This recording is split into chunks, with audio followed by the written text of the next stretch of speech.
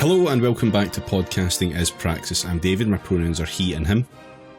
I'm James, my pronouns are they and them. I'm Jamie, my pronouns are he and him. I'm Rob, mine are he and him. And I'm Alistair, my pronouns are he and him. And collectively our pronouns are melting and molten. It's he and stroke. Yeah, it's episode 2 of Heat Madness. This is gonna be a long summer of podcasting if it keeps going this way. It's too hot. The verdict is in. I think we've done enough Heat Madness episodes now that someone could do a compilation of just the absolute most dog shit bits. You could pull out a trend line and see the exact point through each episode that our brains collectively melt. That'd be quite good. Tracking climate change through a fucking stupid podcast. If you're listening, by the way, and you're like, oh wow, you should really make that compilation. It's like, well, how about you do it? Unless you're a Patreon subscriber, and then you still should do it. Yeah, then you'll have more stuff to do it with, probably. I don't fucking know. Start a wiki. Use your imagination. Yeah, pod project. Yeah, this thing is never going anywhere unless somebody starts the Praxis Cast wiki. Please, Rob, he had a family.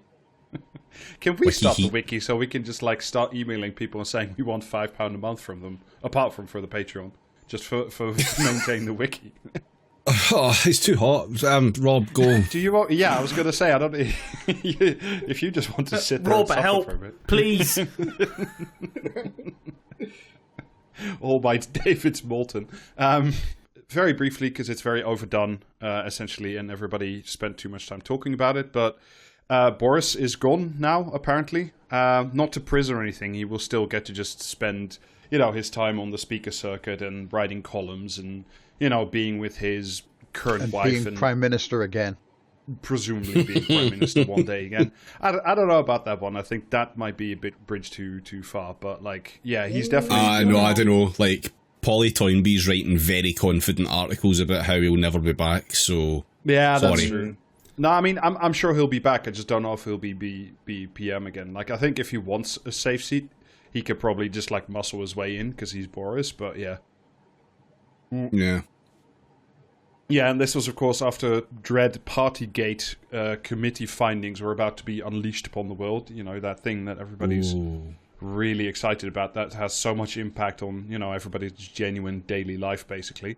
Although, what I did find incredibly funny is, his weird honors list was basically, waved through, apart from Nadine Dorries, who got blocked, which is just incredibly funny. She immediately, of course, took to the page of the Daily Mail saying, I've been blocked from being in the House of Lords by a couple of posh boys. And, well, you were also nominated by a posh boy. And it's just really funny to see someone who was, clearly excess baggage to everybody just get, hosed immediately. It's very, very funny. Yeah, and a Subaru 2.0. Everyone's just sick of her shit. Didn't Tom Watson get blocked in a similar way as well, and that was really funny? I can't remember that. I hope he did. Maybe...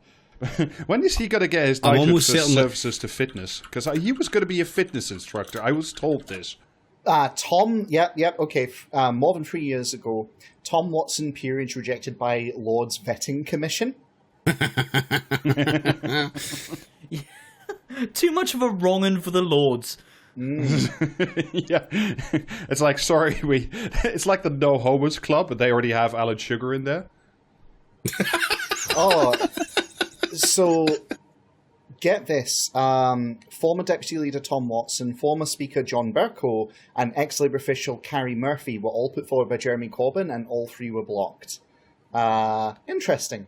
That's a pretty good fuck you to Tom Watson, that though, isn't it? Yeah, it is.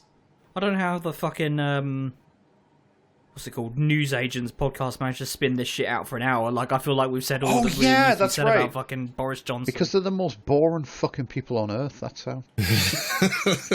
Like a fucking tank of koi carp just gawping at everything. If you think they're bad, imagine how long that fucking you don't drink frothy coffee on the mean streets of Detroit fucking podcast got on with Jesus. But they're still going now.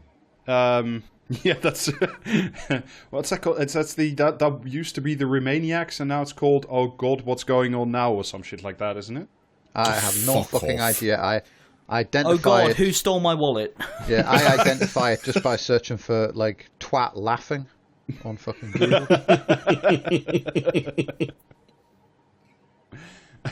Now, one of them was back with another scorching hot take that you shouldn't be allowed to put an air conditioning unit on unless it reaches 30 degrees, and otherwise you should just wear more responsible clothing.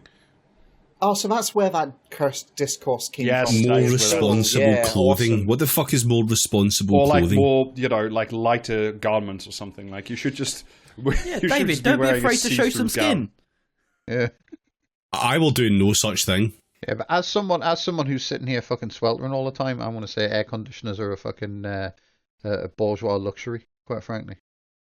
Agreed. In the revolution, I will escort you to the wall and then take your air conditioner. Yeah. No, because then we'll have like good energy that's fully renewable and all nuclear. Yeah. And then it's allowed. Yeah, then it's fine. Totally. Me and David had this discussion earlier, and it's like politics of envy. No, politics of spite. Yes. So, sure. 100%. Exactly. Like, we don't want the Labour government. We want fucking revenge. I'm going to train orcas to kill your air conditioner. I mean, honestly, Jamie, they will be able to actually reach us. Yeah. Honestly, Jamie, if an orca could get in here to handle my air conditioning, then my problem might already be solved, frankly. So, win-win. Yeah. If there is a horrible background noise, that is James's aircon. It's not my fan, because I turned that off to suffer for you, the listener. Yeah. Yeah. The other horrible background noise is my orca sonar, because I need to be on the lookout at all times. Yeah. Mine's probably the fridge, because I'm using the fucking headset mic, because the fucking expensive sound interface thing shit the bed again. For fuck's sake. So don't mind. Was working this morning, but I could smell a podcast coming and just like fucking, do you know what I mean? Walked into the ocean. And so Jamie's taking advantage of a situation to record from inside the fridge. So enjoy.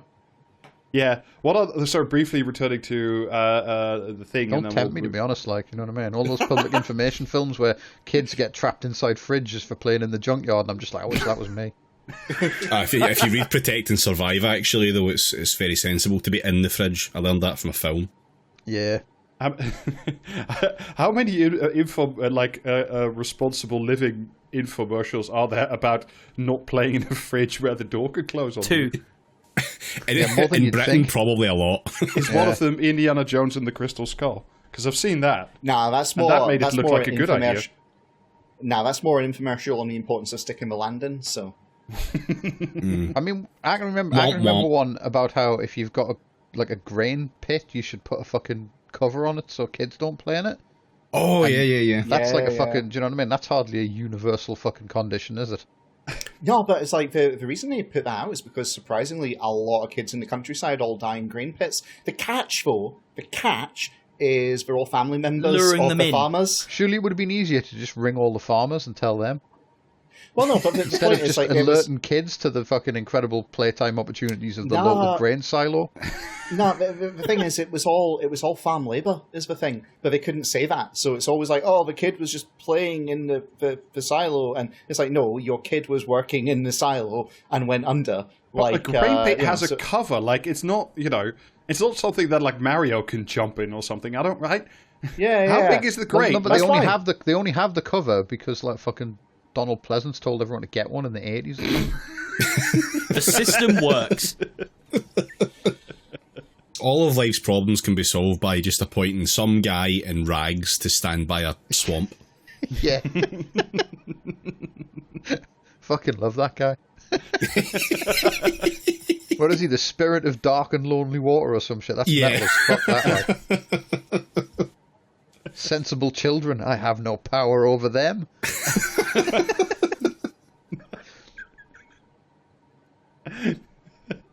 Jesus Christ.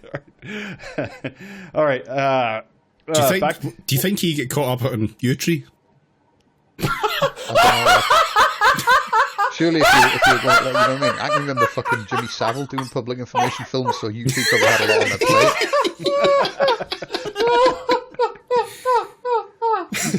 Actually, wasn't Gary Glitter the fucking involved with the Green Cross Code at some point? He was. Oh. Gary Sinise on CSI PIF is going to have his work cut out for him, I think.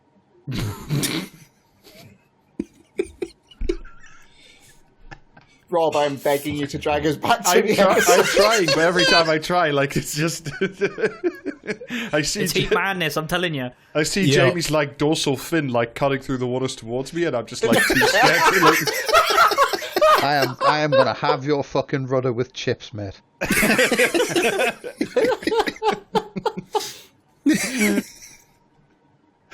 Monetize this motherfucker. Yeah. Anyway, at my own peril, I'm going to briefly try to drag us back on point. With Labour genuinely a sort of astonishing turn after like a week in which the Tories once again like can't stop shitting the bed, looked around and said, now is the time to tell everybody to go fuck themselves even more than we have before. Imagine being in the focus group that has to tell Keir Starmer exactly what percentage of the bed should be shitted.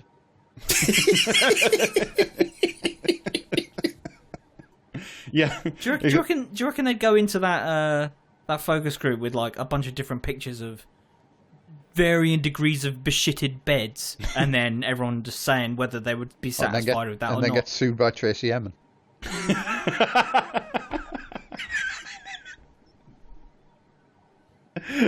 No, all you have to do is just like do like a sheet inspection of the beds in Wokington, and that'll tell you exactly how much shit in the bed there needs to be. The working class love to roll around in their own filth, but not too much. Well, exactly, because what you're not getting is any money for anything, despite this being episode 2 of Heat Madness, and it's I don't not want even any money halfway for anything. due. I hate money. The real story in that is that the wallet inspectors had to turn to gig economy work just to make ends meet. So this is from the Financial Times. Rachel Reeves said while Labour is still committed to its green prosperity plan, it would only gradually ramp up borrowing to 28 billion a year, and that the target would be achieved in the second half of the first parliament if the party wins the next general election. So, it's nice to just append, it's a nice thought to a policy. Well, it gets even better. I was just like right before the episode, I was reading a little bit more about it, and apparently she's now also said that like literally any and all capital spending that like the Starmer government would want to do, all of it has to come out of this 28 billion. So now apparently the Green Prosperity Plan will also build schools and hospitals and recruit nurses or something, I guess. So, not only is it not enough money in the first place, but it's getting diluted to literally everything because nobody else is allowed to spend money. How long until the Labour Party really do copy from America and just say nothing will fundamentally change? That's what I want to know. Because they've pretty much already announced this, but yeah, like... but how long till they actually just come out and say it? Fuck you, nothing will fundamentally change, I don't... Starmer's not demented enough, because that was Biden speaking, like, behind closed doors. Clinton, yeah, but the subtext of literally everything they put out is that we can't do all the things that people might want, which is basically saying things will stay the same. Yeah, we can do all the things that people don't want, though. Yeah, the text of it is that they're going to do what the Tories did in 2019. This is because of the fiscal rules that Rachel Reeves has put in her own head, basically, which is that debt must be falling as a percentage of GDP over the 5 years of the government. And we can't do as much nice things as we want because of the Tories, because they crashed the economy. Someone should take her along for an informative visit to a historic canal, to be honest. If this is where the rule has brought them, then of what use was the rule, The rule was there to make Number happy. Yeah. Yeah, you're not supposed to ask what reason is a rule there for. It's the rule, and therefore is immutable. This is Reeves again in the Financial Times. I did not foresee what the Tories would do to the economy. Maybe that was foolish of me, she said. To make sure that there is time to build the supply chains we need, skill our workforce, and ensure the taxpayer gets value for money, the right way to deliver our Green Prosperity Plan is to ramp up investment over time. So all we need to do before we can have some nice things and some green things is build supply chains, create a skilled workforce, and do value for money, whatever the fuck that is. So, that'll be done in, I would estimate, a year or two. For fuck's sake. Alistair, be sure to hold on to your lucky coin, because it's just an ordinary quarter, but it's also your lucky coin. I've got coin? Holy shit. I mean, this is, of course, following a series of briefings from I think Peter Mandelson definitely did it in the Times, and then Ed Balls. Who the fuck rehabilitated Ed Balls, by the way? Just as a side note, why the fuck is he allowed back on television? Come dancing. Oh, yeah. Was that it? Motherfuck that. He did a tweet and then he was on the telly, and that's enough. Oh, right. And then they also did Anne Widdecombe as well on Strictly Come Dancing, if memory serves. So, yeah, fuck that noise. Yeah, just, it's a show She never for did a tweet, though. ghouls and demons. I'm pretty sure, isn't he married to Yvette Cooper as well? So, Yes. So, he is. I've got, he's, he may not be an MP, but by God, he's still involved in all this shit. Yeah, but at least they don't eat as much tofu. Oh, fuck off. The grown-ups are back in charge. Yeah, definitely. I mean, it's gonna get worse though, because this is some unnamed shadow minister in the shadow cabinet. Again, speaking to the Financial Times off the record, voters care more about jobs than that green stuff. It was always a mistake to call it the Green Prosperity Plan, they said, adding that other infrastructure projects could be included in the scheme, such as rail or housing. A bunch of us are now saying... They won't have any jobs if their jobs catch fire! Yeah, but I'm starting to come around to this climate change thing now. They should have called it the Machine Guns for Dover campaign or something.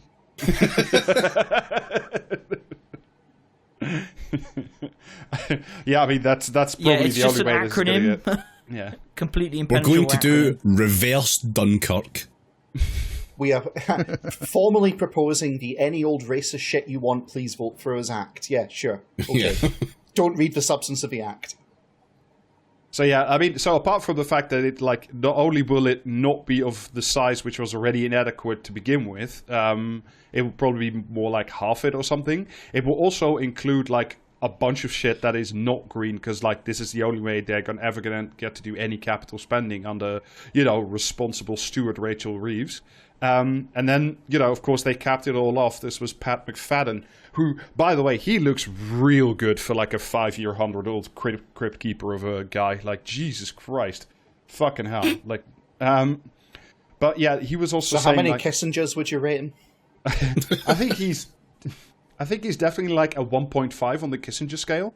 It's On a For scale anyone of who's what? wondering, for anyone who's wondering at home, or on the pod like you, Alistair, 1.5 Kissingers means you're 1.5 times more likely to go before Kissinger. Don't ask when Kissinger's going to go. No, I mean, one Kissinger is just one. Let's see, what would the scale be? One Kissinger is Kissinger, I assume. No, one Kissinger is torpedoing the peace talks in Vietnam, and 5 Kissingers is indiscriminate bombing and slaughter in Laos. So he's about a 1.5, I would say. Surely these should be micro Kissingers. But yeah, he was on 30 micro. He was on, I think, not great, not terrible. Sky News earlier this week saying, look, it's very important that you understand that, yes, this is not enough money, but the point is not that that the government will actually do things. It's literally the government's role with this money will be to buy off the risk that makes the private sector a bit nervous, and then once the government buys off all the risk, the private sector can come in and not do anything. Has the private sector considered getting a real job? No. Not that I fucking care, because fuck that guy, but, it's incredibly funny to see Ed Miliband just, get absolutely hosed and then still go out there and be like, no, Tinkerbell is absolutely real. You have to keep clapping, and one day you'll get a nice treat from me. Yeah, clapping and doing donuts on the Thames. Yeah. She's in your hands.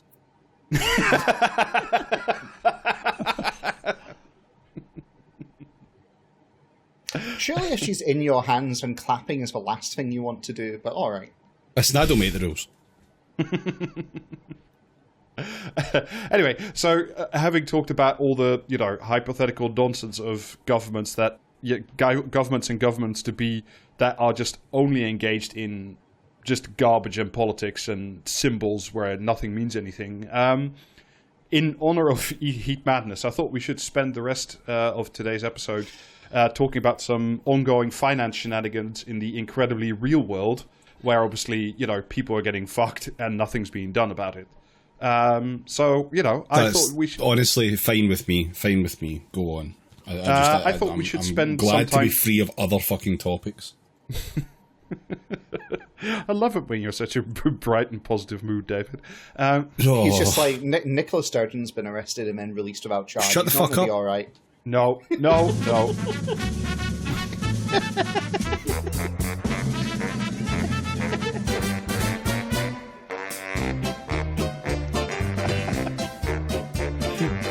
Don't try to start the Scott Ball. Don't make me start a fight. It's time to move the fucker on the Muppet Show tonight.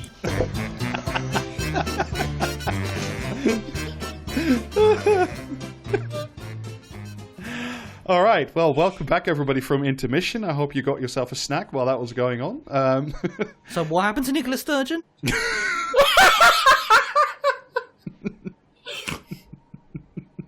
Do not. No, we are not. That is a bad and boring story, and we will not be talking about it.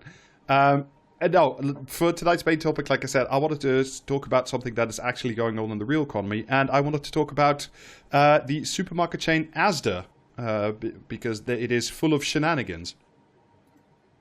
All right. And I thought I should tell you a little bit about it. The reason why, essentially, is... Sorry? Isn't it owned by Walmart? No, it's not. It was sold... it was. In 2019, but it was, yes. No, okay. It was sold in 2019, but we'll get there because that's part of the story. So basically, the reason I want to talk about it, because a couple of weeks ago, they announced they were going to cut pay for 7,000 workers in their stores near London. This was basically, they'd all gotten like a 60p an hour top-up for workers at 39 different stores just outside the M25 that was...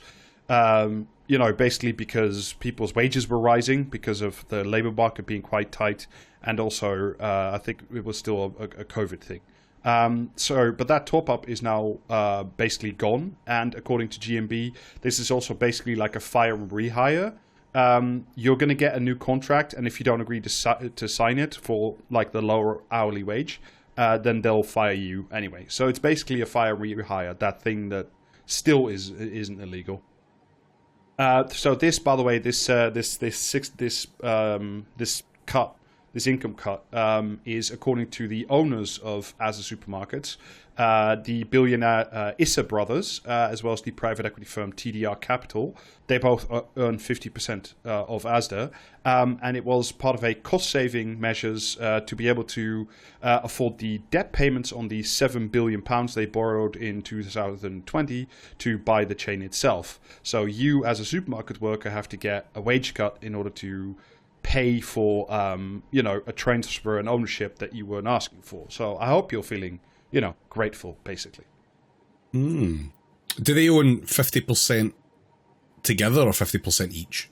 The brothers together own 50%, and right. Then the private equity firm TDR owns the other 50%.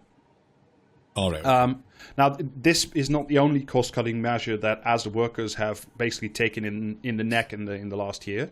Last year, they cut the £1.50 an hour premium for delivery drivers, which was, initially introduced because they need a lot of drivers and nobody wanted to do it because, finally we had some wage growth. So that's cut as well. A whole £1.50, yeah? Yeah.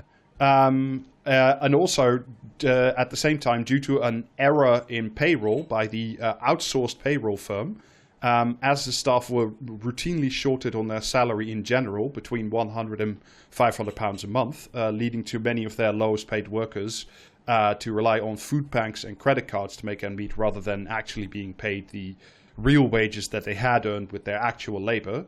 Yeah, I think if that happens to you, I think you're legally entitled to kill your manager. We'll check that. Cool. Legal conclusion. So and apart from that, in January, the company also announced that a further 4,300 staff would lose about £2.50 an hour in their night shift premiums, as well as laying off 300 more people. So even if you were like working the night shift and doing the night stalking, because you have that weird thing where supermarkets need to be open 24/7, you weren't getting paid more during the day shift to essentially turn yourself into a vampire for Asda. However, and if I can believe the delightful Grocery Gazette, which I've been reading for the last few days to prep for this, they are currently, with a very small premium, paying the highest wages an hour, £11.11, in comparison to all the other major supermarkets. £11.11, of course, not being £15 an hour, which I think is the living. Is that the living wage? I can never work out what that. That was pre all the inflation. It should honestly be about 16 an hour right now. Yeah. So like, if you're going to work in a supermarket and have to deal with the public, you should be on at least 30 quid. Yeah. And also legally allowed to carry a gun. Only carry, what restraint? No, it's a seniority thing. In your first year, you're only legally allowed to shoot one customer a year, but like with every second year, every other year, you get like one additional customer that you're allowed to gun down. Yeah, they do it by rationing bullets. So first year you get one bullet, second year so on and so forth. But this, I say 11.11 an hour, so that is the most, but this is only after the USDAW and GMB went after them for doing well below inflation pay rises in February. So they wanted to screw people over more. The unions kicked up a fuss, and it's still not great, but it's way more than they were originally prepared to pay out. Another reason to join a union, even though GMB is a bad and scab union, but it's so. All these things, like there's a clear desire to drive down wages and to force workers to accept lower conditions in order to do cost savings. And so today I want to talk about the Issa brothers, as well as the company, the EG Group, which they also own 50% with TDR Capital. What happened when they bought the supermarket chain, and why this means that now workers need to basically take it in the neck to pay for all this delightful financial engineering that went on to do this. However, I do want to stress, this is not like a monofactual story. While obviously the amount of debt that's been loaded on this supermarket chain is structural and important, this is not the sole reason your grocery bills are going up or anything. The real reason behind that is energy prices factoring through into the price of food, as well as the continued price war between UK supermarkets, supply chain fuckery. So this is not a monocausal story about why the price of food is going up or why Asda workers are getting screwed, but it is an important part of it. So I want to, just to put a little bit of a frame. For more information on any of those topics, look for any other fucking episode where Rob did the notes and they were more than 8 pages long. I haven't done one about energy prices in a long while. I'm quite proud of myself, actually. Us too. Keep it up. You can do it. You can kick the habit, Rob. Don't worry. I just want one. Hello, I am Rob, and I am just send him along to Researchers Anonymous. Hello, I am Rob, and I have a problem with research. So for the next hour and a half, I will tell you all about it. Right. So, and as well, shout outs to Grocery Gazette, which was delightful and informative, as well as Robert Smith and Kay Wiggins over at the FT, who did a lot of digging into this that I am, merely slavishly retelling, but with some added research. I'm also glad that you're reading something that's not conservative women. Grocery Gazette is a big step up. I don't tend to get main topics out of the conservative woman. I mean, I can. Also, no. Anyway, so let's get started. If I did, yeah. All right. So basically, the cast of characters, very briefly. When I say the Issa brothers, I mean Mohsin and Zuba Issa. They are self-made. It is quite impressive in a way what they've done. They are both 50% owners of Asda, like I said, and also 50% owners of EG Group. That's where they started. They're important for the rest of the story. EG Group is basically one of the largest petrol station businesses in the world. They own the real estate in the actual petrol stations in the UK, in the EU, in the US. They own huge amounts of them, thousands. I think it's almost 6,000 petrol stations belong to these two brothers through EG Group. Here's my dumbass thinking that Esso actually owned those fucking things. No. It's all subcontracted out. Don't worry about it. God fucking damn it. So the other main cast of characters is not so much people, but it's a thing to keep in mind. Is the aforementioned TDR Capital. This is a multi-billion private equity firm working out of London.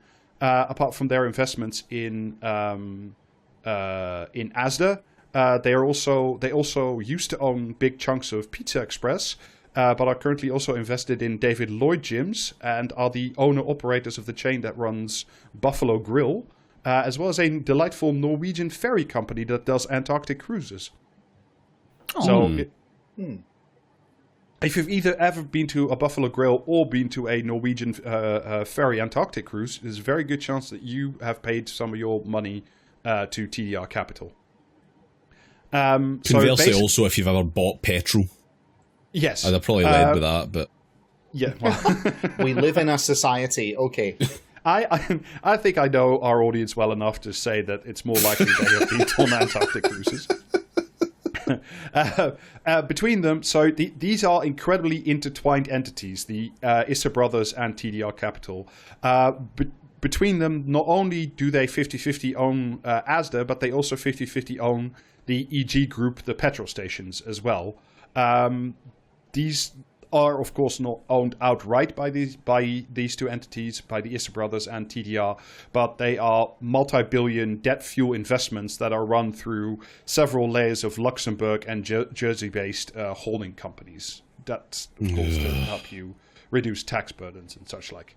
Asda isn't owned directly by either the Issa Brothers or by TDR. It is owned directly by a company based out of Jersey called Bellis Topco, of which the Issas own 50% and TDR, through yet more subsidiaries, own the other 50%.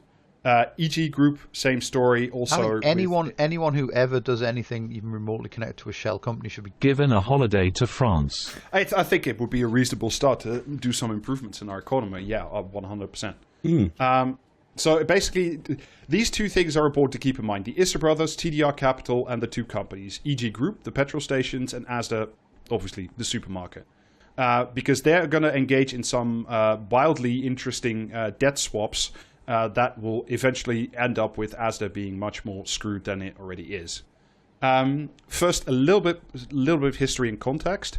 Like I said, the Issa Brothers are quite impressive in a way. They are self-made men. They've turned what was, I think, a family-run business of like a single Manchester petrol station into a massive empire. That's EG Group.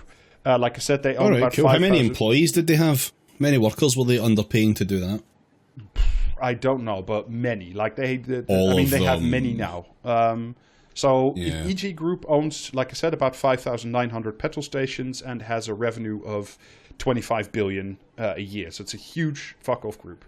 How did they turn one into 5,900? Basically, lots and lots and lots and lots and lots of debt. This is according to the Financial Times. So in 2019 already, so before they bought Asda, they were already the fourth biggest borrower in the EU market for collateralized loan obligations. And if you're a loyal listener, you might remember we did an episode a long time ago about collateralized loan obligations. This is the same thing that like brought down the American housing market. That was the collateralized debt obligation, if you remember. That was, basically you take a whole bunch of corporate debt, you put it into one big pile, then you slice that into tranches and you resell those tranches onward. You do some Carol Voderman shit, except like with a suit and a tie. Yes. It's also highly probable, like we speculated in the, I think that's the episode called Economics 101 brackets remedial. I can't remember the episode number, but that's the one you want to be looking for the full story of that one. And those types of loans and the loans taken out and the funding acquired by EG Group exploded in the zero interest rate environment of the last few years. Everybody, including pension funds, was looking for a way to earn money that was more than the zero you were getting for sticking it in the bank. So a lot of them, while the money was free, said, why not take a risk and we'll buy some debt on this sort of expanding petrol forecourt business. Hello, yes, I am a petrol station magnate, and I'm here for the free money, please.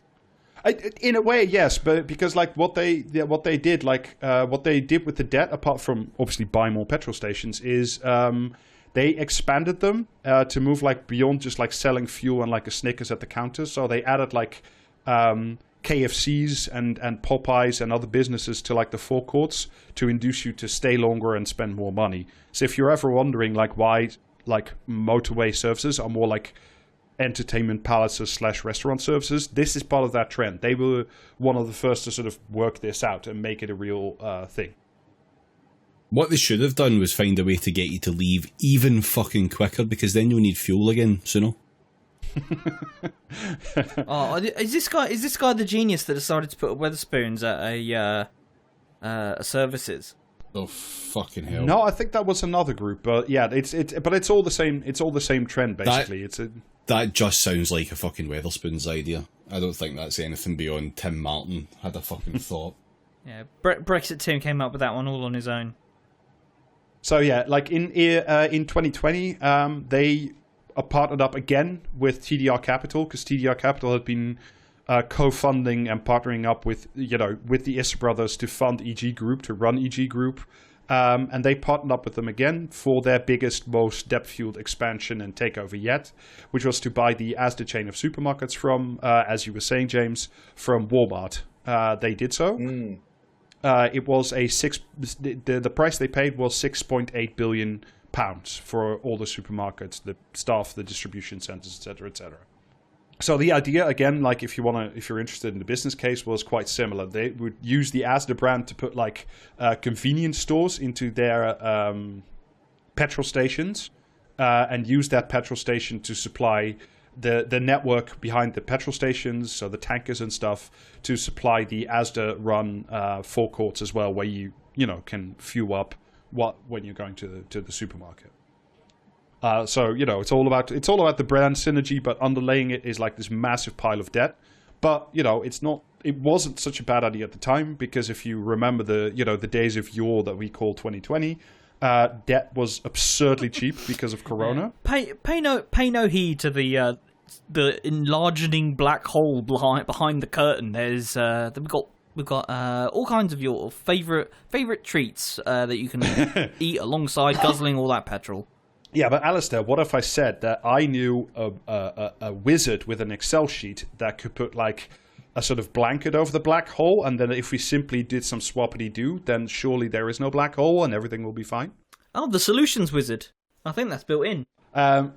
So yeah, like I said, at the time of purchase, debt was really absurdly cheap. So borrowing like a shit ton of money in order to finance this purchase from Walmart was very, very doable. However, of course, it's now 2023. There's a war on. The supply chains have gone incredibly fucked, and basically the central banks have decided that the possibility of you getting a pay rise is too scary to think of. So what they're going to do is raise the interest rates. So now what looks like a sort of quasi-sustainable purchase in terms of like the amount of debt and the amount of interest that needed to be paid on the debt is no longer quite so sustainable. So things needed to be done about it.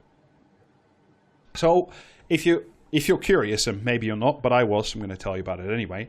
And the FT did a really good piece about it. How did the Issa brothers and TDR actually buy Asda? Like, what were the mechanics? So at first, out of these 6.7 billion... They farmed like bears to get enough gold coins and then went to a fucking vendor, I would imagine. Reasonably close, and by which I mean no, not at all.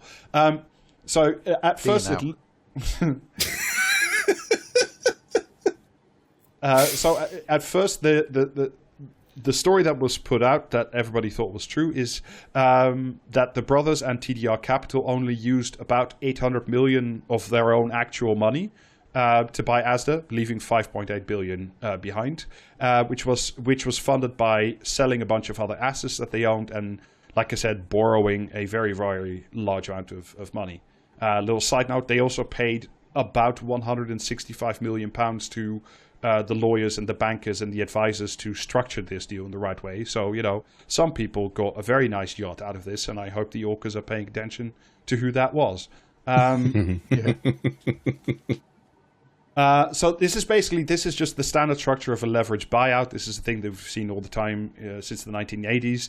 You leverage a very small amount of your own money in the corporate world into a big pile of debt, and then you use that sum total to buy the thing you want, in this case, as the supermarkets, and you take all that debt and you put it on the balance sheet of Asda supermarkets and say, now you have to pay back the money that I borrowed in order to buy you. It's a fucked thing, and it still breaks my mind that this is something most legal. Efficient distribution of resources, Rob. I think you're forgetting. Yeah. And part of the way that a company like Asda would, of course, be able to repay this, I think this 3.7 billion in terms of new debt is to screw the workers and pay them less, because then you have more savings that you can pay back on the capital and the interest rate. So at the time of purchase, so in 2020, Asda was earning about 1.2 billion a year. So they were settled with like an amount of debt that was equal to 3 times the total earnings of the whole supermarket chain. That sounds sustainable. It's very sustainable. It's also a very good idea. So another trick that they did, which sort of, kind of, it's almost PFI-like in a way, is they settled, this is apart from the 3.7 billion straight debt, they settled another bunch of debt on the shoulders of Asda, but it just looks different on the balance sheet. It's a sale and leaseback. So what they... Sorry? It's on the balance sheet as the bet. So now what they did... bracket good. So what the Issa Brothers and TDR did together is they sold all of Asda's distribution centers to delightful company Blackstone, the American investment giant, and then immediately leased them back. So they sold the asset and the property they actually had, realized a whole bunch of upfront money, but they are now paying lease costs to Blackstone over time. But you get a lot of money up front, and that's really good. Just don't. You just sit imagine you're an alien and you come here and someone explains this to you, and you just sit there. You're just gonna scratch your 2 or 3 heads or whatever, just completely fucking bonkers. How does this make any sense whatsoever? Except one guy, for some reason, inexplicably gets very rich. So yeah, I said at the beginning that TDR and Asda put up about 800 million worth of their own money. But it turns out that they did even more shenanigans. That meant that out of the total 6.8 billion purchase price, these two entities only put up 200 million. So 6.6 billion was basically like debt generation. How did they do this, you were asking? Well, the extra 600 million that was conjured out of thin air was even more debt generated by the other company, EG Group, they of the petrol stations. And they went out on the market, borrowed another 600 million, and then gave that basically as a loan to the company that owns Asda. So they used their other company that's already incredibly heavily indebted to take on even more debt. So they personally only had to put up 200 million, and the rest is of course all in limited liability shell companies. So the whole house comes tumbling down. None of this is presumably. Neither TDR nor the Issa brothers are personally liable for any of this money. They would only lose out on 100 million. Every time you explain one of these financial schemes, I just think of that bit in fucking Lethal Weapon 2 where Joe Pesci's explaining how the drug dealers launder their money. Right. If Sally has 4 apples and Sally takes 3 of those apples, Sally now has 7 apples. Yeah. Yeah. Yeah. As long as you keep the Apple Inspector at bay. Yes. So what, like I said, so basically in summary, what they've done is they've taken out. They have these 2 companies, right? They have Asda and they have the EG Group, the petrol stations, and both of them are very heavily indebted, except that EG Group, the petrol stations, is way more indebted than Asda, and they've used sort of A to cross-finance into B, and now they're going to do the other thing, which is they're going to reverse the trick, and now they're going to use Asda to take some of the debt away from EG Group, the debt that was first created to buy Asda in the first place. This is, it's like... Have you ever been on the street and you see like somebody sitting somewhere and they say, "Watch the ball that's under the 3 cups"? It's like that, but with hundreds and hundreds of millions of pounds. And, again, a supermarket... I have never lived on the street from a film in the 80s, so no. Yeah. Well, neither me, but, I hope some of our listeners have or do. Yeah. Are you a running man?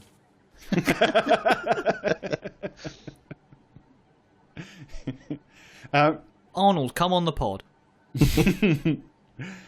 So yeah, basically, unfortunately, due to a set of circumstances, including the war in Ukraine, the fucking of the supply chains, Corona, etc., earnings at the petrol stations, EG Group, are not what they used to be, and they have an incredibly high debt load, and they need to pay significant amounts of it back, capital plus interest, and the interest rate is rising very steeply. It's 8% this year, 10% next year, 12% the year after, and then the capital needs to be paid back in 2025 to 2027. So they need to make a lot of money quite quickly to, not let the gas station empire keel over. So I mean, now have they tried putting themselves on the blockchain? I think they might have missed that boat.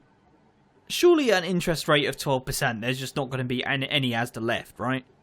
I mean, no, this is on the petrol stations, there'll be an AI not the operated Asda. Asda in the metaverse. No, what they need to do is just say, our gas stations are powered by AI, and then, they'll just get free money again. Because that's the new trick. This podcast is powered by AI. You can tell because it's not funny.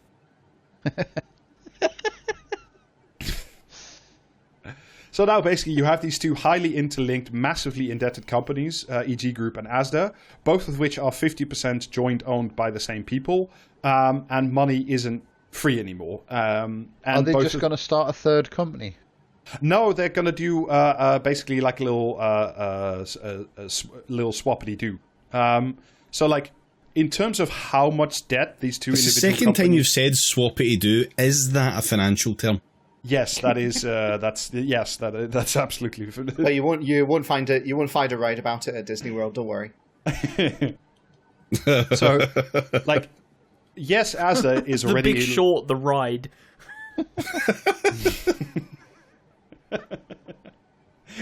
Yeah, you have to get in. It's like the ride thing is a bathtub. You just have to basically be covered in bubbles while Anthony Bourdain yells at you.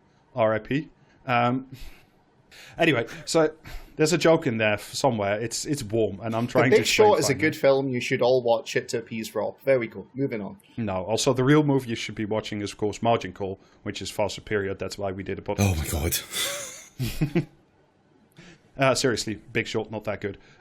So, while Asda is only in terms of in comparison wise, Asda is only in medium level debt, right? They have 9 billion worth of assets, and I think it's 4, maybe 5 billion worth of debt. So it's bad, but it's not that bad. EG Group, medium of course, is level Yet. But medium EG level, Group, and that was what, 9 zeros?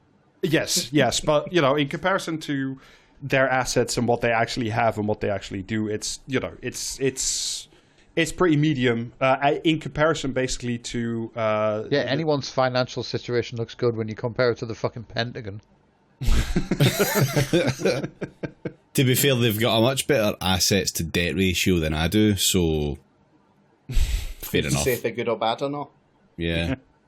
Basically, what we need to do is debt finance our own aircraft carrier. That'd be amazing. We're not falling into another gun project. That's not happening. As only medium level debt, but EG Group is indebted to the eyeballs. So what if, in order to fix the situation on the short term, you just shuffle things around, basically? So what you could simply do is reduce the debt in EG Group, i.e. the petrol stations, and again, these are owned by the same people through a bunch of shell companies in Jersey and Luxembourg, is you can reduce the debt in part one, the petrol stations, and instantly generate a whole bunch of profit for the same group by selling all your UK petrol forecourts to Asda, for example. So you just shift the assets over from one column to the other. So the final merger hasn't been announced yet. It will probably go through because the government has already said, yeah, we're not intervening in this. So it'll be worth about 2.3 billion in terms of new debt for Asda, including almost $1 billion from more private equity firms. The interest rate on that, £770 million, is 11% and could go higher depending on average interest rates, by the way. So don't worry about that. But on the other hand, it's also worth 2.3 billion in terms of straight profits that EG Group can use to pay down their previous loans. So, it might look like you're just, shifting your debt from one credit card to the other, but really you're shifting it from two very different companies, with two very different owners, and nothing else can go bad. It's as the motto of this podcast goes, you got to spend money to make money. Why can you just if you're in a load of debt, can you just form a shell company and have the shell company buy your debt? If you're a corporation, yes. If you're a person, no. Yeah, figured. I mean, probably not if you own the local corner store or something, but if you own a petrol forecourt empire and you have a whole bunch of expensive lawyers and advisors from different investment banks, then yes, you can, and it's all quite legal.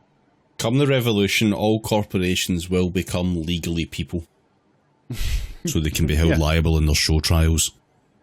Corporations are people, my friend. I think Mitt Romney already proved that definitively in 2012. Get Ronald McDonald in the dock. Mitt Romney, the one that killed a dog. Now, and it wasn't it in some fucking National Lampoon summer vacation style antic as well, where he accidentally left the dog on the roof of the car while driving while driving up the East Coast or something. Jesus fucking Christ. Comrade fact check here. The dog wasn't killed, but it was transported on the roof and it sprayed liquid shit everywhere as the car was driving, presumably because it was on the roof of a moving vehicle. I thought you were talking about Ronald McDonald killing the dog, and I'm like, that doesn't sound familiar to me. No, that was Grimace. Yeah, fair enough. Grimace gets the gulag. That thing's got animal slaughter in his eyes, as we all know it. Who was that? Who was that other American politician whose son killed the dog? The Hamburglar. No. That was one of his sons, I think, who beat a dog to death with a hammer or something. I'm fairly sure. Jesus fucking Christ. I'm reasonably confident that was or his I'm one of his looking large forward to sons. fact checking it to find out whether or not I need to fucking excise that. I think it was someone else, and we should speculate on which Republican politician it might have been. Just to make sure Rob's right, If we go through all of them, we'll eventually hit the right one, and then we just cut all the rest, right? Right? No. Moving on. Anyway, moving on. So basically, they're swapping this debt from column A to column B to save the petrol forecourt empire, from very high interest rates, and they're just loading it on the shoulders of Asda, the supermarket, their latest asset. But don't worry about it. Once again, the Issa brothers and TDR Capital, 50-50 owners in both empires, have promised that they have put skin in the game too. So they have put up what they say or said was 400. Mike Huckabee? Oh, Mike Huckabee. Sorry. No, you're right. Mike Damn Huckabee's son was a fucking hound murderer. Yes. Yeah. So much like the last time where they said we'll put in 800 million and it turned out to be 200 because they did some shenanigans, this time the Issa brothers and TDR Capital once again said, well, we have skin in the game too. We've put in 450 million of our own money into this transfer of the UK petrol forecourts to Asda. That of our own money is doing some fucking serious heavy lifting. Yeah. But I should say, of course, and this was in the Financial Times again, it wasn't actually any, of the company's earnings or anything that they put in. What they did is... this is someone else's money. Yes. So what they did is they repeated the same trick. They sold 27 of Asda's warehouses to the investment giant Blackstone and then leased them back. So again, it's not their own money, it's just asset stripping. I mean, really, at this point, like, just the entire financial system is just a bunch of toddlers, right? Because they'll all be just easily distracted by jangling keys. Well, I mean, the financial system is incredibly clever. It's just like the people reporting on it, apart from, a few people at the Financial Times, are very, very, very fucking bad at it. It's also like, the financial system's working as intended. They're there to strip the copper out of the walls and sell it and grind you into paste. And, they're succeeding. More money for them and fuck you. Yeah, so, sort of returning back vaguely to the real world, like, is any of this swappity-doo, is any of this, like, shifting of assets remotely... There's that technical term again. Yeah. I think it's called a term of art, Jamie. Is any of this a good deal for, like, Asda or the people who work there or the people who shop there or, anything to do with the material world in which for at least food two of is those groups produced in which food is like produced on a farm and then through several intermediaries ends in your kitchen via the Asda supermarket. They'll obviously no, because while the petrol station empire doesn't have as much debt as it did before, Asda is now on the hook for that differential, and the interest rates just won't stop going up. And so in a few years, Asda, or even in the shorter term, depends on where interest rates goes, we'll have to see how refinancing and the payment of all the interest rate, and keep in mind that's like probably north of 11% or more in the coming years, depending on what the central banks do. But like I said, don't worry about it too much, because like Asda, the chain itself still actually outright owns an estimated nearly £10 billion of UK real estate. So the ground the supermarkets sit on, not the distribution centers anymore. They've been sold, but they have real stuff, actual physical stuff that matters in the real economy. But you could probably strip a lot more of that out for parts to keep all these plates spinning and keep all the interest rates, keep paying the interest rate for the next few years. And in the meantime, of course, the Issa brothers have almost destroyed a neighborhood in their hometown to build a series of giant mansions. Because, according to some slides seen by the Financial Times, TDR Capital has already made, since 2020, about 1.2 billion in pure profit on this deal to buy Asda, on their own investment in their own slides of 234 million. So, they've made a five-fold profit, 500%. That's not bad. The Issa brothers, by the way, have taken out a similar amount, so probably also in the order of north of 1 billion. So, some people are doing very, very well, and because they have their teeth firmly clamped on the money hose, and they're doing very, very well for themselves. Looking back on sort of like where we started, right? Like, you look at all this, and is any of this have any of these shenanigans, this financial engineering, this the layering of companies in Luxembourg, the selling assets between each other, the balance sheet fuckery, are you paying more for your food because of this debt loading? I would say probably no, not that much, not right now. But the workers at Asda are taking it in the neck. Things are not going to get any better in the next few years. But I agree. Like, cars need to die as a mode of transport. But is any of this any good for like people who just need some petrol and who don't want to be like guided through 7 KFCs and a Buffalo Grill in order to get to the tills to get you to spend more money? And the reason I wanted to talk about this, the reason I wanted to tell this story, because this is sort of where we've ended up now. For really no good reason, for no recognizable profit to anybody in the real economy, or any of the people who buy food at Asda, or people who simply stack the shelves there. All this shell gaming, all this pass the parcel playing between these different people has done no good for nobody except for like a really small handful of people. Like TDR Capital only employs like 80 people outright, I think that's the numbers. But, speaking of Asda, like, supermarkets are really important. They're, in this shitty capitalism that we have, they are a vital link from getting food from the farm processed and then on your plate. Like, getting food to people is, I would argue, quite an important function of any society. But my question is, why should any of this involve like several layers of Jersey-based companies and debt swaps with like a global a petrol station empire? And the answer, of course, Because is fuck you, that's why. yes, because fuck you, and because some people need to own several more yachts while the planet is on fucking fire. Blackstone want money. Or yeah, but yeah. I mean, the thing is, like, I could hardly blame Blackstone for this because this is obviously like a great deal. They get actual physical assets and a revenue stream out of it, and I mean, I would take that deal if I was Blackstone. Why not? Fuck. Can I just give Blackstone some money directly for cheaper food? No, but I think no, never mind. We are not doing financial advice.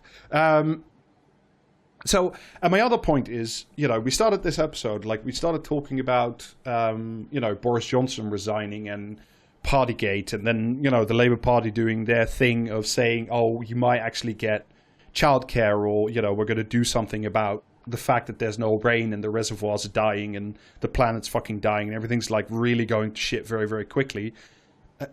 Is anybody, apart from, like I say, Robert Smith and Kay Wiggins at the Financial Times, is anybody talking about this, which I would argue is the nuts and bolts stuff that kind of matters, supermarkets and food and petrol and people getting from A to B and all that stuff, and people working, people's jobs.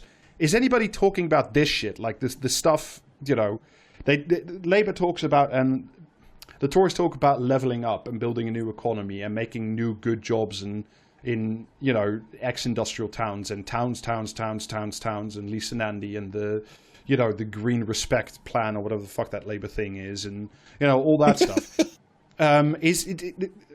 Are any of them seriously engaged with this? Or any of them saying this is a good idea or a bad idea?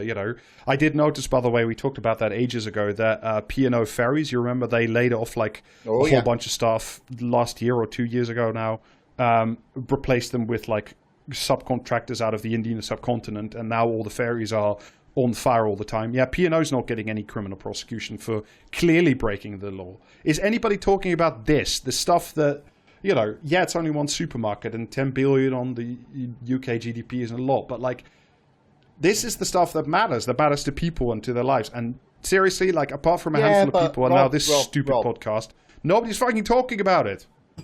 Yeah, but Rob, that, you can't actually do anything. Politicians aren't allowed to do anything.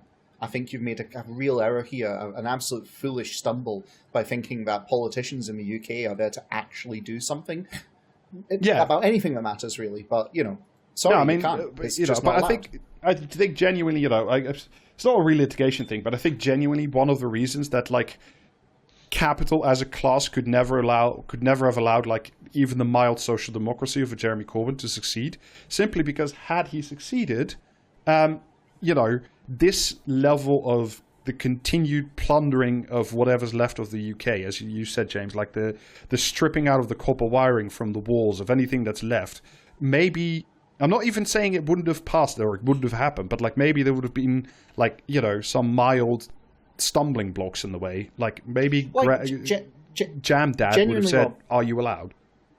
Genuinely, Rob, I don't think you're entirely wrong on this. And like, how they always say, like, no one wants to work anymore. That's like a thing you keep being, beamed into your skull every single day. It's fucking true. Or whatever.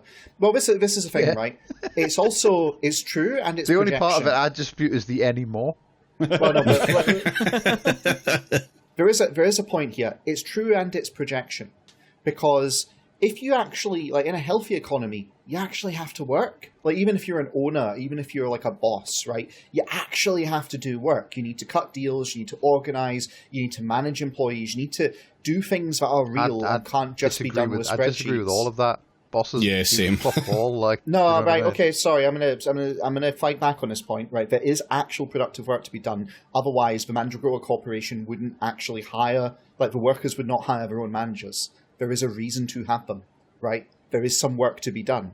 Now, that's not to say all managers do work. In fact, the vast majority of managers, as I've said before, are just there to enforce a kind of petty tyranny and to, maintain a kind of totalitarian control and prevent worker organising. But there is actual organisational work to be done. There is direction and decision-making to be done. And if you're doing it and doing it right, it's hard work. And none of them want to do that. What they want like a cushy spreadsheet job where they, push some numbers around and make other people suffer so they can get paid. And, you know, a healthy economy where there's actual, like, competition under the ideal kind of, like, whether you call it socialist or capitalist kind of construct, like, there is actual competition and actual work and actual having to be better than your opponent and not getting, like, bailed out. Like, that has to take place. None of them want to do it. None of them are interested in doing it. They never have been. Well, correcting a previous tweet of yours about the terror group managers.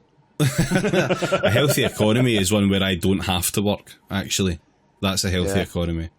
But this is my thing. Like, they're genuinely, they don't want to actually have to work. They've set up a system where they're all getting paid to basically manage decline, and that's all they're interested in. And so someone like, you know, Jeremy Corbyn coming in and proposing the mildest reforms that might scrutinise the worst scams is intolerable, because it means that, you know, they'd actually have to lift a finger. And so they'd much rather put in a lot of work in the short term to make sure he doesn't get in than have to deal with the whole, oh God, the gravy train might actually not even derail, but just have a bit of a wobble to it, and we might actually have to pull the thumb out. Fuck him.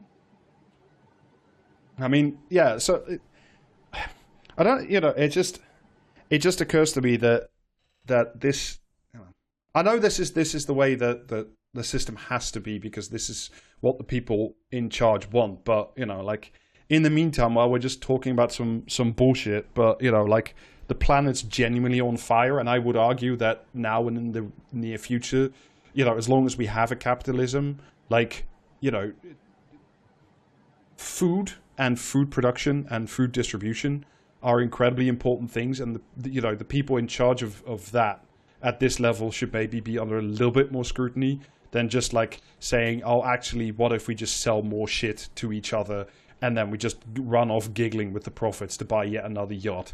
Like, it's what you know. Yeah, but those yachts are going to save them when the fucking, like, sea levels rise. Yeah, the oceans are going to be the last part to be on fire. You see, it's just good sense. Yeah. So anyway, that's all I have to talk about for today. It's I don't have any. Whatever. If there were any conclusions out of this, I've already given them. So, you know, stop. I mean, there is a serious conclusion behind all of it. Yes, I just gave you it. I mean, that's maybe, but the other part, and I realised my brain did the thing again. I meant to say Mondragon Corporation.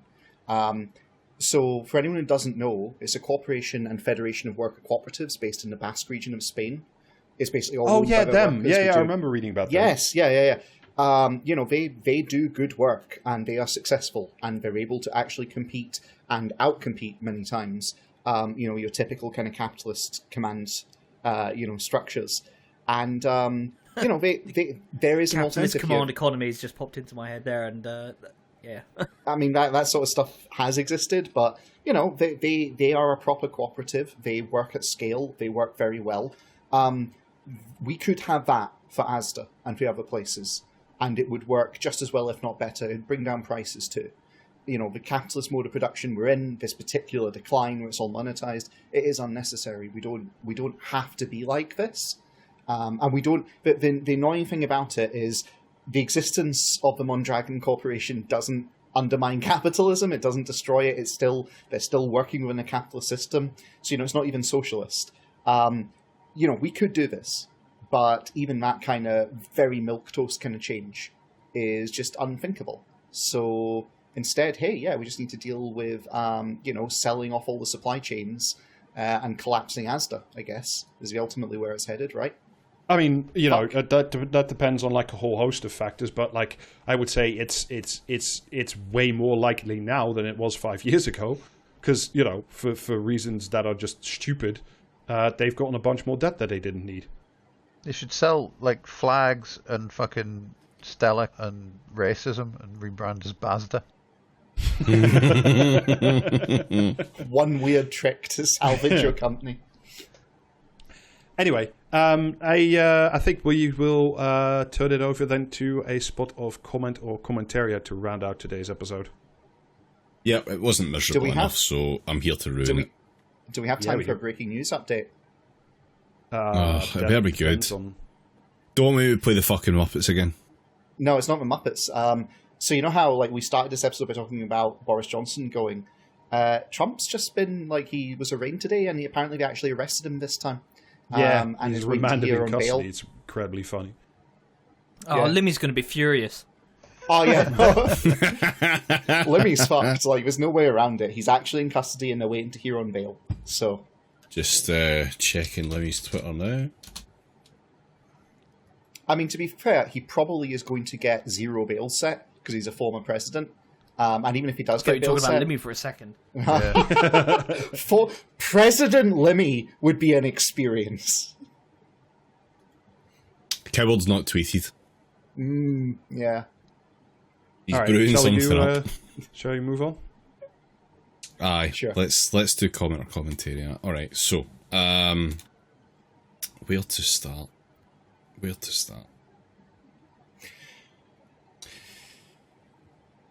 Every time a party abandons the centre ground, it makes itself unelectable.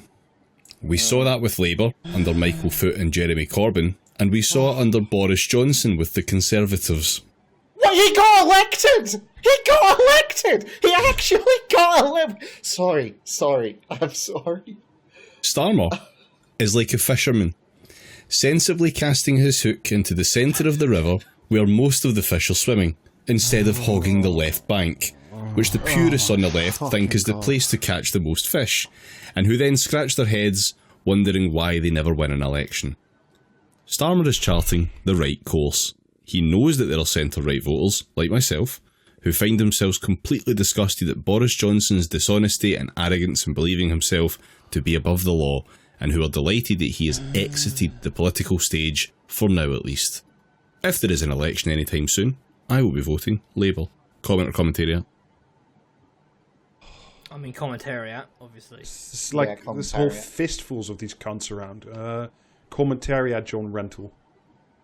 Not bad shout, actually. Jamie? Yeah. I don't know. I hope they die. So, commentary then. Could go either way, quite frankly, at this point. But yeah, why could. Comment Guardian. Okay, yeah. Fuck off. Hello, I'm centre-right. I read The Guardian. I also got kicked in the head by a horse when I was 10. You might not like Starmer. I do, but many don't. But you have to admit that he's done serious things. A highly success. I mean, like, A highly. this is a pretty serious offence. A highly successful legal career, culminating in a spell as Director of Public Prosecutions, pro bono work, There's such including an major asterisk next to contributions. successful. Pro bono work, including major contributions to the abolition of the death penalty in several countries, writing well-regarded books on human rights law, involvement with the Northern Ireland peace process, and reform of the RUC. All a very long way from the Oxford PPE mafia. Comment or And commentary. don't forget, like, keeping fucking Berlusconi out of prison. Yeah, I was going to say. Commentary. I'm going to go with what Jamie said last round. Yeah, I'm gonna agree with that. Let's just assume that's red and you can give me the other answer. I don't have a coin. Commentariat. I'm just going to Yeah, be why not? contrarian to Alistair for no good reason. So comment. Okay, that was a comment in The Guardian. Yay, I win. And we all lose. Today's fashionable disdain for the Industrial Revolution is such an irritating luxury belief. This is Brendan.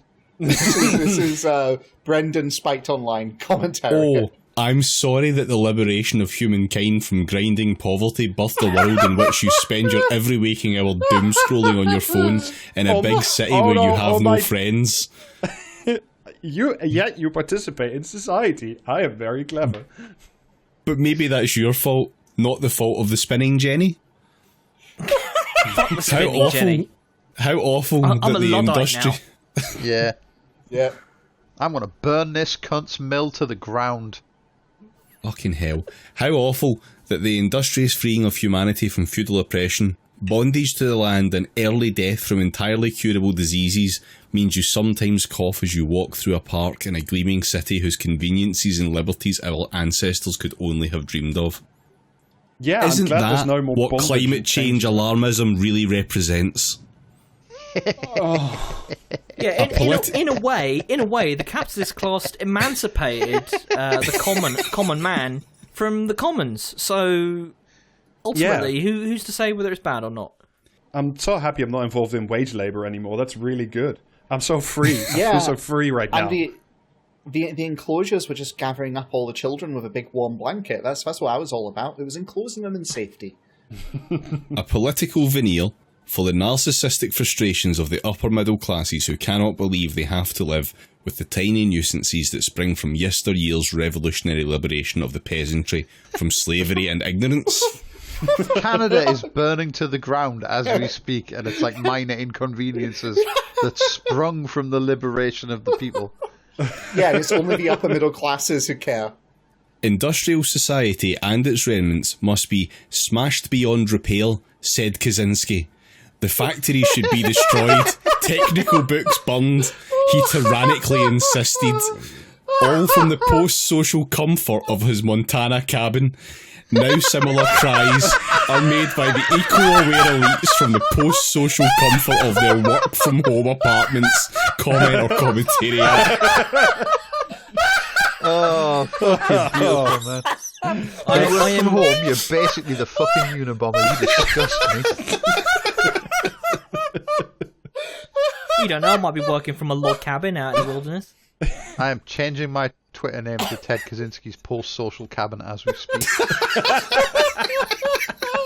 The sheer luxury that Kaczynski was living in as he railed against technology on his iPhone.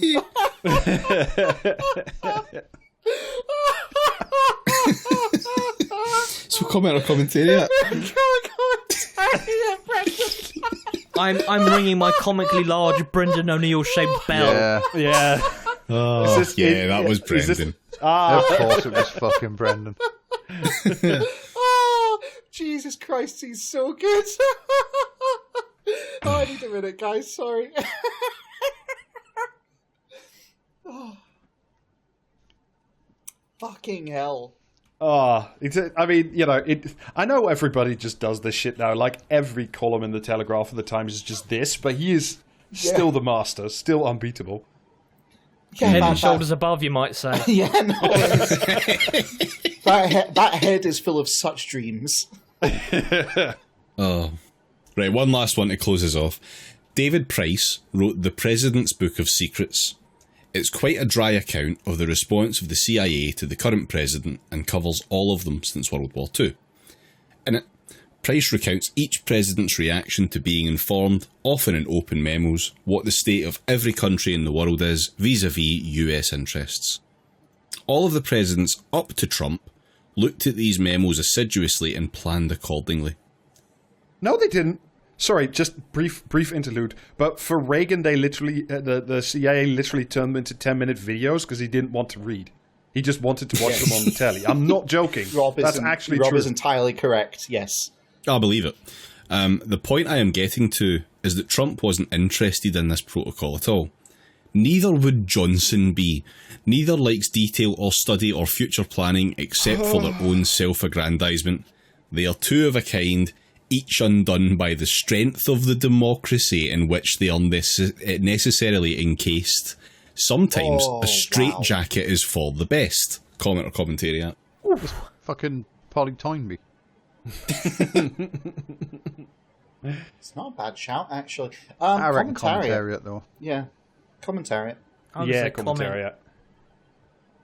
That was a comment in The Guardian. Yes, baby. Fuck off. Fertile grounds this week.